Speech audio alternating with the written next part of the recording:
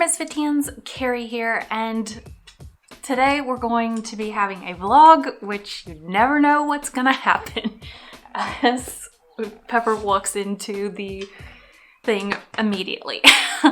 Anyway, for the next couple of weeks, I'm gonna be trying out a new format where I'm just kind of vlogging my day, and that is because I'm putting together more mini tutorials, but that is taking a lot of my time, which it always does. So I kind of had a feeling that was going to happen, but I still want to be putting out content. This is actually the type of content that I watch on YouTube. I actually don't watch a lot of other artists. I don't know why, I just never really have. The YouTubers that I watch are typically vloggers or just kind of life people, mainly vloggers or people who are just kind of filming their thoughts on things like story time videos and stuff. That's mainly what I watch, so that's mainly what I'm going to be putting on my channel for the next couple of weeks. We'll see how it goes.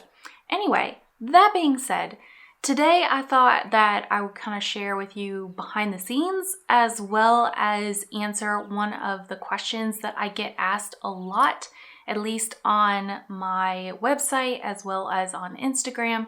And if y'all have any questions of what y'all would like for me to answer or talk about in the future for the next couple of weeks, please leave comments down below, and I'm going to be looking for those for video content. Anyway, so today's question that I'm going to be answering is, what is modern watercolor, and also why do you call yourself a modern watercolorist? So as I'm going throughout my day, I'm going to also be answering that question. So let's go ahead and begin.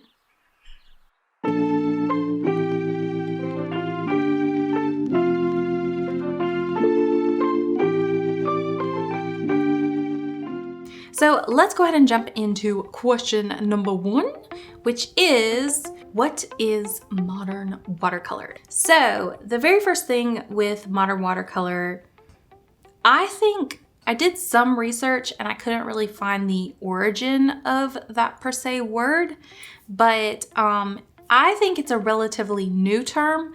I didn't start seeing it until late 2000s when it started kind of circulating around the web. But the idea of modern watercolor, or the painting process of modern watercolor, is not new.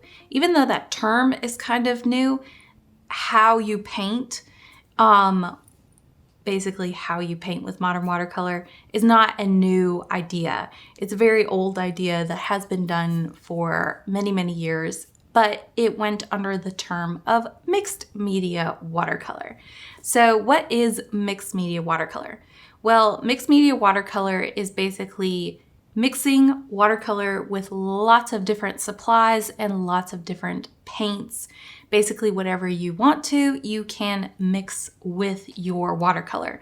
The main rule of mixed media watercolor would be that predominantly your illustration is mainly done with watercolor. I think that's more of the separation between mixed media art and then mixed media watercolor.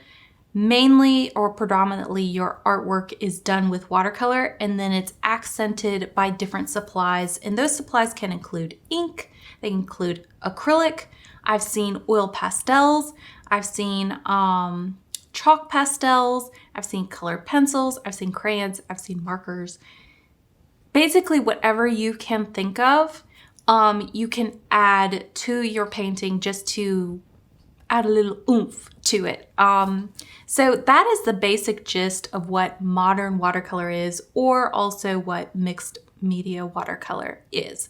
So now getting on to question number two.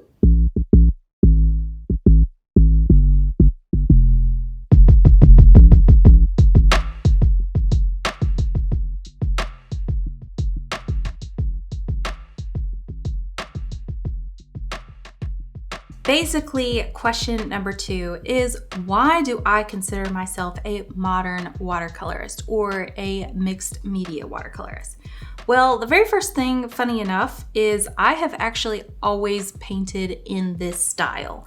I have old artwork dating back to when I was like 5 and 6, where I would use my watercolors mixed with acrylic paints, crayons, markers, inks, anything I had on hand. That is how I painted with my watercolors. I was always really drawn towards watercolor, but I never liked it painting with it alone. I always liked adding different effects with it. So I would say I have always painted in this style. And another thing that I want to kind of add is I actually took several watercolor classes in middle school and high school. And underneath all of those teachers, I was actually yelled at because I was not painting with watercolor the quote unquote correct way. And it wasn't just that, like, I really wish I had better art instructors, because I think I would have pursued maybe a different route. Career-wise, I ended up exactly where I want to be, but I think I really would have pursued a different route career-wise if I had had better art instructors. Because my art instructors, basically, it was their way or the highway. And so when I would paint underneath them, I would try and add my own flair and my own style. And instead of saying something along the lines of, hey, that's great, maybe you should do that at home because that is your own art style, but I'm trying to teach you in the style that I have. Instead of doing that, which I was a very goody two-shoes kid. I would have accepted that very easily. I was very much a people pleaser. I wanted to just make everyone happy. Instead of them kind of just gently talking to me, they instead made me feel like I wasn't worth their time. I had no art style. I had no art talent. And basically, I was worthless in their brains. It was pointless for them to even work with me or attempt to work with me, because it was stupid in their brains. And it was very, very obvious. It was me and a couple of other students that were kind of in the same boat. And we grew up in a place where there was very few art supplies, very few art instructors. So it was a privilege to be taught by someone. Like, some of my teachers would come from 2 to 3 hours away, and we were so excited to be underneath them. But then when they got there, it was like this idea of, this is crap, you guys are crap. It was just a horrible experience. It was awful. And so instead of walking out of that classroom feeling empowered and feeling like, wow, I want to really pursue art, instead, I would walk out of there, as well as some of my friends who were in the class, and we would just feel like, why were we even there? Like, we felt just really defeated and just felt like, we're not good at this. So maybe we're not good at anything, because I really wasn't that good at school. And I wasn't really good. I love ballet. I did ballet for 13 years, but I really wasn't that good at ballet. What I felt like I was good at was art. And then when I went to those art classes and I was basically told, you're not good at art. I took music. I wasn't really that great at music. I loved music. But anyway, after doing all of these things and then feeling like I'm not that good at anything, because that's kind of what I felt like at the end, it was really disheartening. I basically just felt like, what is my purpose? Because I'm not good at anything. I'm not, like most people that I know of, they might not be good at art, or they might not be good at like in the arts or the creative realm, such as music and stuff like that, but they're at least good at school. And here I am, I'm struggling at school. It's taking me 3 to 4 hours to do my homework at night, and I am struggling so hard. The only thing that I find pleasure in is art, and these teachers just basically told me that I suck at that too. So where do I go? So that time was very discouraging, and I didn't realize that what I was bucking up against was, first off, very narrow-minded people. That was the main big gist of it. It was very narrow-minded people. But then secondly, I didn't realize I was bucking up against a style preference. So what I now know, it took me many years to get back into art and feel more confident in me pursuing what I like to do. But basically for years, I just locked myself in my room and would paint, and I would show no one my art because I just felt like it was trash, and that was the only person who would accept it was me. So those were pretty dark times. But that being said, I really wish someone had sat down with me and said, hey, what you're bucking up against is a style preference. It's not necessarily a you mistake or a you problem. So what I was bucking up against was more of a traditional watercolor mindset compared to a more mixed media watercolor mindset. And that was really eye-opening when I realized it was a style preference that I was really bucking up against.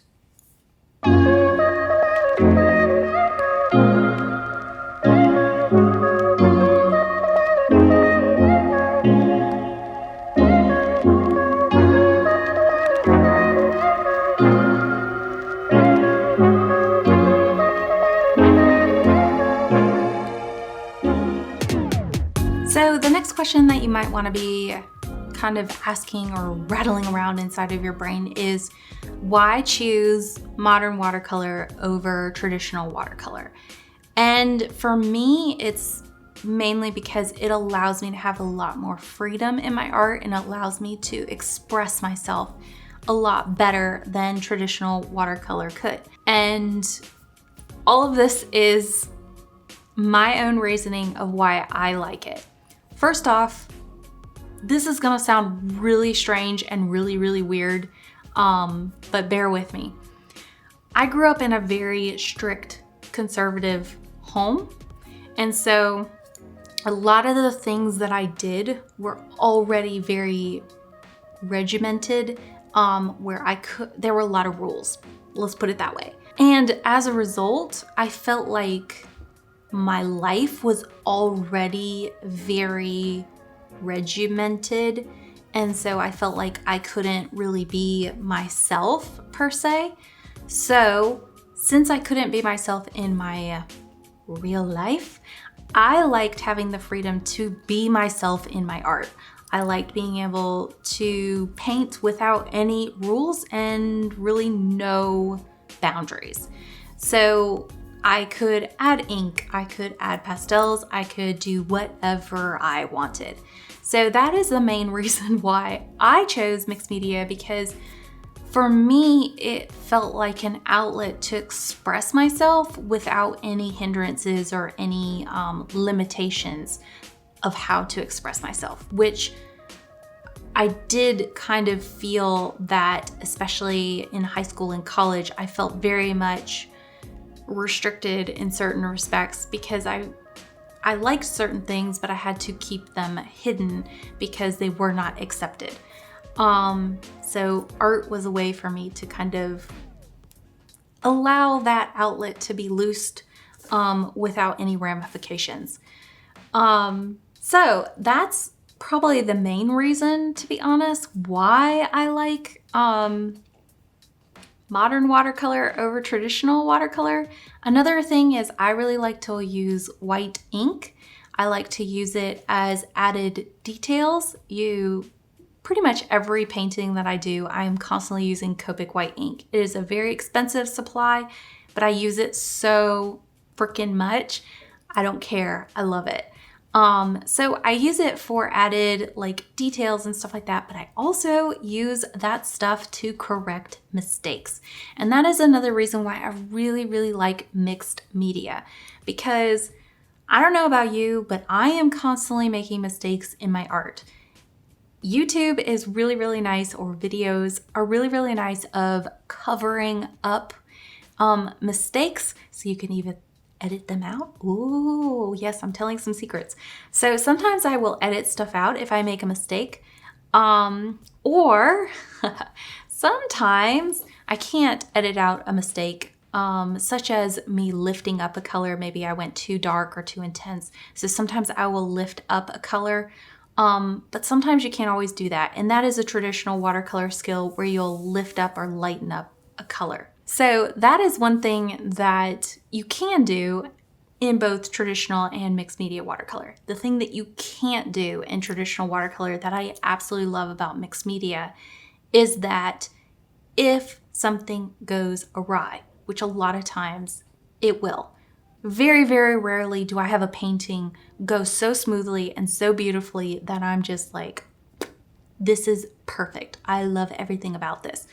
It just went from A to B to C to D all the way to where it was supposed to be. Very rarely does that happen. Usually what happens is you'll go A to B and it's like, oops, I went all the way to G. I gotta go back and fix this some way. So what I like to do is if something happens where it's like, oh crud, I can't lift this, I can't correct this with the traditional methods, I will come up with a way to cover it with a mixed media technique. So I can use patterns, I can use cross-hatching with my pencil, I can use ink to cover things up, such as if I lose my highlights on the white of my page, I can use white ink to establish those back in. So there's a lot of different ways that you can correct stuff with watercolor when you're working with mixed media. So that is it for this particular video. Hopefully you enjoyed this. You got to kind of see inside of my brain as well as watch me paint and maybe learn a little bit of something new of my particular art style and what I like to do. Love y'all. Stay safe again. Bye.